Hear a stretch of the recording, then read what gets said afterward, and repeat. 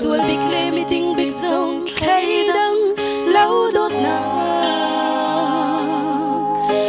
nạc phiel te laki kharo har đốt na kan boy pa di sui đốt nạc sung loi hi dây ra lâu in mo kan peng câu lại mo hoi do boy pa hi do bi na usi boy pa hi do bi na usi lo ata chi tiang in nun pe na usi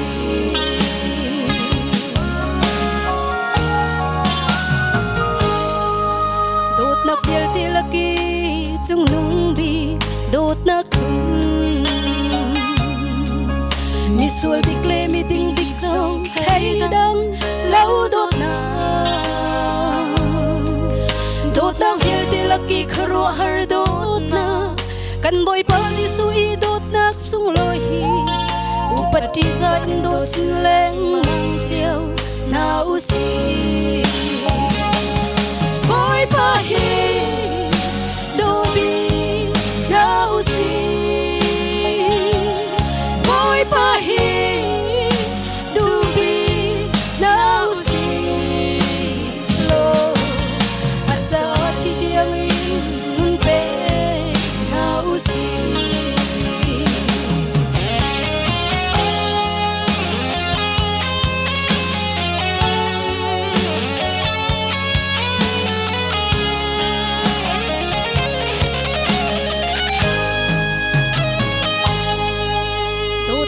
te laki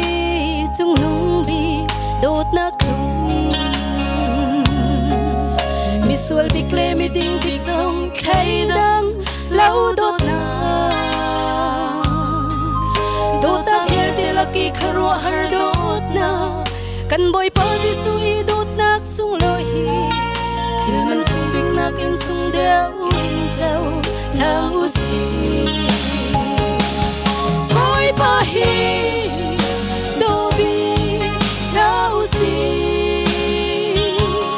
boy pa hi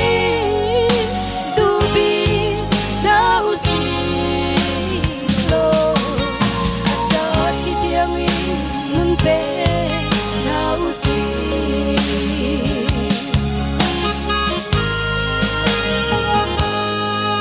đốt nạc phiel te laki chung nung bi